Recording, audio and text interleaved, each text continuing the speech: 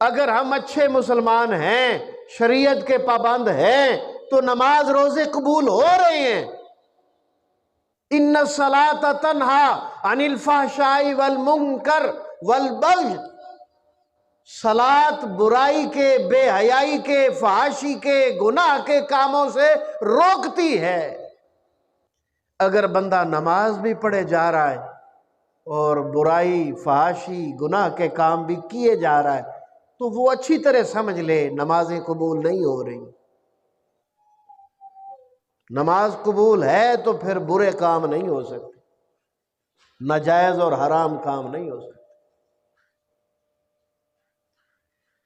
التقویٰ ہاہنا، دل بتا دیتا ہے کہ میں کس مرحلے پر جا رہا ہوں، میری نمازیں قبول ہو رہی ہیں یا نہیں، یہ دل بتا دیتا ہے، سمجھ آ جاتی ہے کیا ماحول ہے کیا نہیں ہے۔ اللہ اکبر۔ نبی اکرم صلی اللہ علیہ وسلم ارشاد فرماتے ہیں، کل عمل ابن آدم لہو، انسان کے تمام اعمال کا اجر فرشتوں کو رب العزت نے بتا رکھا ہے، جو عمل کرتے جاؤ گے وہ ثواب لکھتے جائیں گے۔ روزے کا ثواب فرشتے نہیں لکھ سکتے۔ فرمایا صوم لی وانا اجزی بہ، بندہ بڑے اخلاص سے، بڑی محبت سے، بڑی چاہت سے، بڑی تڑپ سے میری رضا کے لیے روزہ رکھتا ہے، تو میں بھی اپنی شان و شوکت، اپنی جلالت اور بزرگی کے مطابق میں تمہیں اجر دوں گا۔ اللہ اکبر۔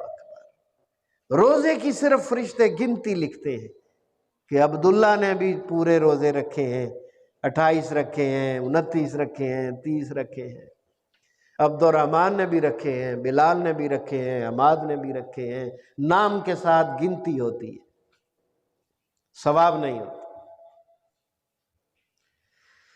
اللہ اکبر۔ نبی علیہ السلام فرماتے ہیں، جب تمہارا روزہ ہو، برائی کے، فحاشی کے، بے حیائی کے کام نہیں کرنے، حتیٰ کہ اپنی بیویوں سے روزے کی حالت میں کسی قسم کا کوئی تعلق قائم نہیں کرنا،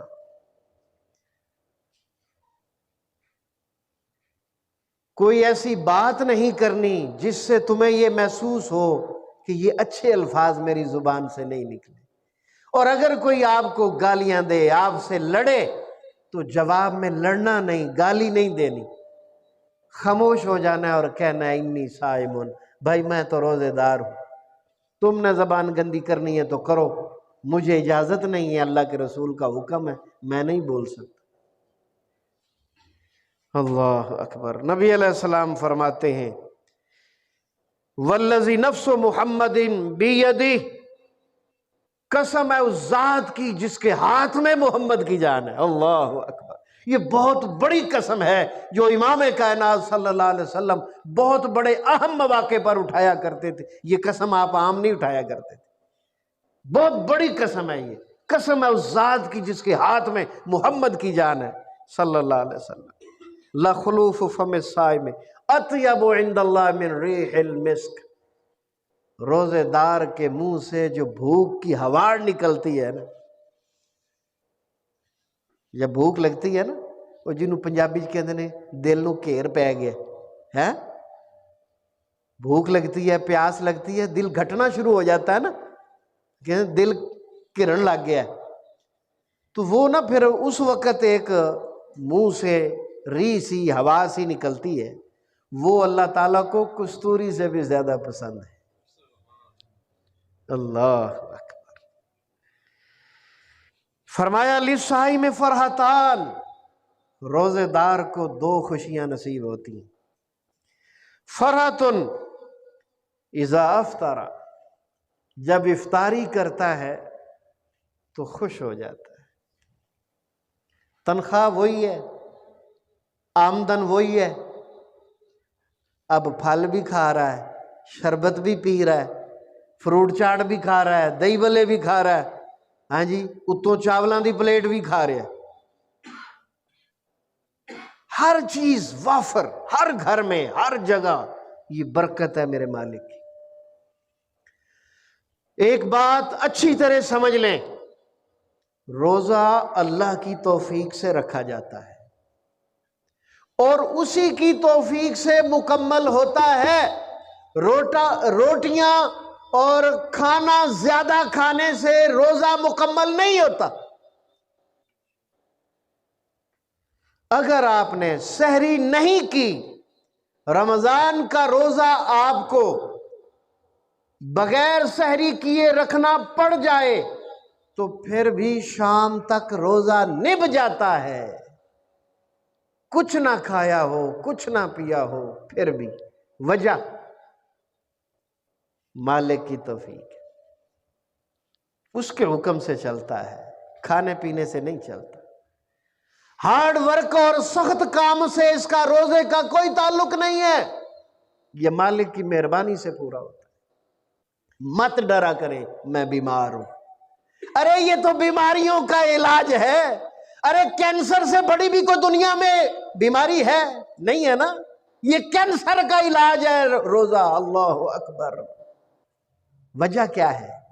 سائنس نے بتایا ہے کہ جب 8 سے 10 گھنٹے انسان بھوکا رہتا ہے تو پیٹ کو کچھ کھانے کی طلب ہوتی ہے، پھر وہ کیا کھاتا ہے؟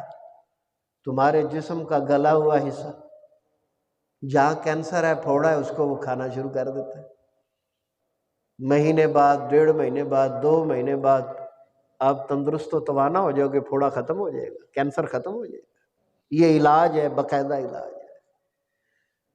شوگر کے مریض روزے سے ڈرتے ہیں، اللہ پر توکل کر کے روزہ رکھ لیں، مالک کی ذمہ داری ہے، وہی پورا کروائے گا، ہمارے بس میں ہی نہیں ہے، ہم کچھ نہیں کر سکتے۔ اور جب آپ بغیر سحری کیے روزہ رکھیں تو اس دن اللہ کو زیادہ یاد کریں۔ یہ الحمدللہ، سبحان اللہ، اللہ اکبر، سبحان اللہ، یہ جو ذکر ہے یہ آپ کے پیٹ کو بھر دے گا۔ اللہ کو زیادہ یاد کریں، روزہ مکمل ہو جائے گا، بغیر کھائے پیے مکمل ہو جائے گا۔ اللہ اکبر۔ عزیزان،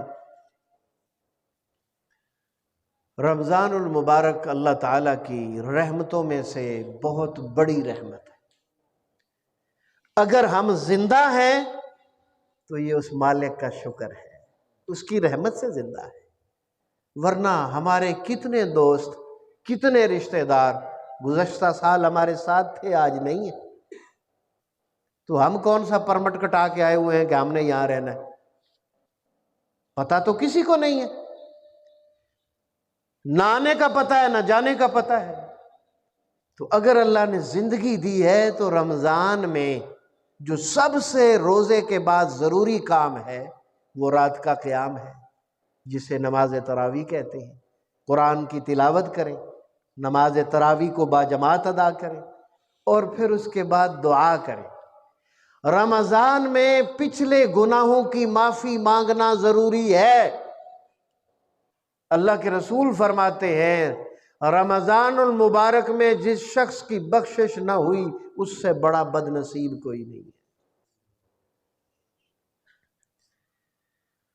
رمضان میں آپ رات کو سحری کے لیے آخری پہر میں اٹھتے ہیں، کھانا کھانے کے لیے، پیٹ پوجا کے لیے اٹھتے ہیں، تو ذرا 10 منٹ پہلے اٹھ جائیں، وضو کریں، 2 رکعت نفل پڑھیں، سر سجدے میں رکھ کے دعا کریں مالک سے۔ جب انسان سجدے میں سر رکھتا ہے تو وہ مالک کے قدموں میں سجدہ ہوتا ہے۔ امام الانبیاء صلی اللہ علیہ وسلم فرماتے ہیں اقرب ما یکون العبد وہو ساجد، اللہ کے قریب بندہ سب سے زیادہ اس وقت ہوتا ہے جب اس کا سر سجدے میں ہوتا ہے، وہ مالک کے قدموں میں سجدہ ہوتا ہے۔ تو وضو کر کے بغیر نماز کے سجدہ کر لیں، بغیر نماز کے ویسے ہی سر سجدے میں رکھیں، اپنی زبان میں، پنجابی میں، سرائکی میں، سندھی میں، پشتو میں شروع ہو جائیں۔ سب سے پہلے اللہ تعالیٰ کی تعریف کریں، اس کا شکر ادا کریں اپنی زندگی پر، اپنی صحت پر۔ اس کے بعد مالک کی توفیق کا شکریہ ادا کریں کہ مولا تیری توفیق سے روزے، نمازیں، سارا کچھ چل رہا۔ پھر اس کے بعد درود پاک پڑھے، پھر مالک سے مانگے مولا بڑی خطائیں ہو گئی، مولا تیرے گناہ گار بندے، بولا تو مالک ہے، تو خالق ہے، تو علی کل شیء قدیر ہے، بس 2 آنسو چھلکا دے اپنی آنکھوں سے۔ نبی علیہ السلام فرماتے ہیں کہ جہنم کی شعلے مارتی ہوئی آگ کو بجھانے کے لیے مکھی کے سر جتنا آنسو کا قطرہ کافی ہے۔ آپ فرماتے ہیں مالک سے رو کر دعا مانگا کرو، ہاں جی رویا کرو، مالک کے سامنے گڑ گڑایا کرو، اور اگر رونا نہ آئے تو بعض اوقات نہیں آتا، یہ دل کالا ہوتا ہے، گناہوں کی وجہ سے دل کالا ہو جاتا ہے، رونا نہیں آتا، تو اللہ کے رسول فرماتے ہیں رونے والا منہ بنا لیا کرو اور رونے کی ایکٹنگ کر لیا کرو، مالک کو اس پر بھی ترس آ جائے گا۔ سر سجدے میں رکھو، کہو مالک تیرا بندہ ہوں، بھول گیا ہوں، خطا ہو گئی ہے، معاف کر دے، پچھلے صغیرہ کبیرہ سارے معاف کر دے۔ وہ مالک تو پہلے ہی تیار بیٹھا ہے، اس نے تو پہلے ہی سارے اسباب تیار کر رکھے ہیں، بلا مقابلہ تمہیں جتوانے کے لیے شیطان کو بند کر رکھا ہے۔ یہ کرم ہے اس کا، یہ کرم ہے اس کا کہ تمہیں بلا مقابلہ بخشش عطا کرنا چاہتا ہے۔ اس نے اسباب پیدا کر رکھے ہیں۔ لوگ کہتے ہیں مالک بخشنے کے بہانے تلاش کرتا ہے، نعوذ باللہ من ذالک، غلط ہے یہ بات، جھوٹ ہے، فراڈ ہے۔ مالک کو بہانوں کی کیا ضرورت ہے؟ وہ تو علی کل شیء قدیر ہے، وہ اسباب پیدا کرتا ہے، وہ ذرائع پیدا کرتا ہے، وہ موقع دیتا ہے، خود دیتا ہے، بہانے تلاش نہیں کرتا۔ غلط ہے یہ بات، اللہ کی شان کے خلاف ہے یہ بات کہ مالک بہانے تلاش کرتا ہے۔ اس کو بہانے تلاش کرنے کی کیا ضرورت ہے؟ وہ با اختیار ہے، شہنشاہ ہے۔ بہانے تو ہم جیسے کمزور جو ہیں وہ تلاش کریں نا۔ اللہ ہمیں ہدایت عطا فرمائے، اللہ تعالی ہمارے حال پر رحم فرمائے، اللہ ہماری تمام کمیاں کوتاہیاں معاف فرما کے ہمیں اپنی رحمت سے جنت الفردوس نصیب فرمائے، آمین یا الہ۔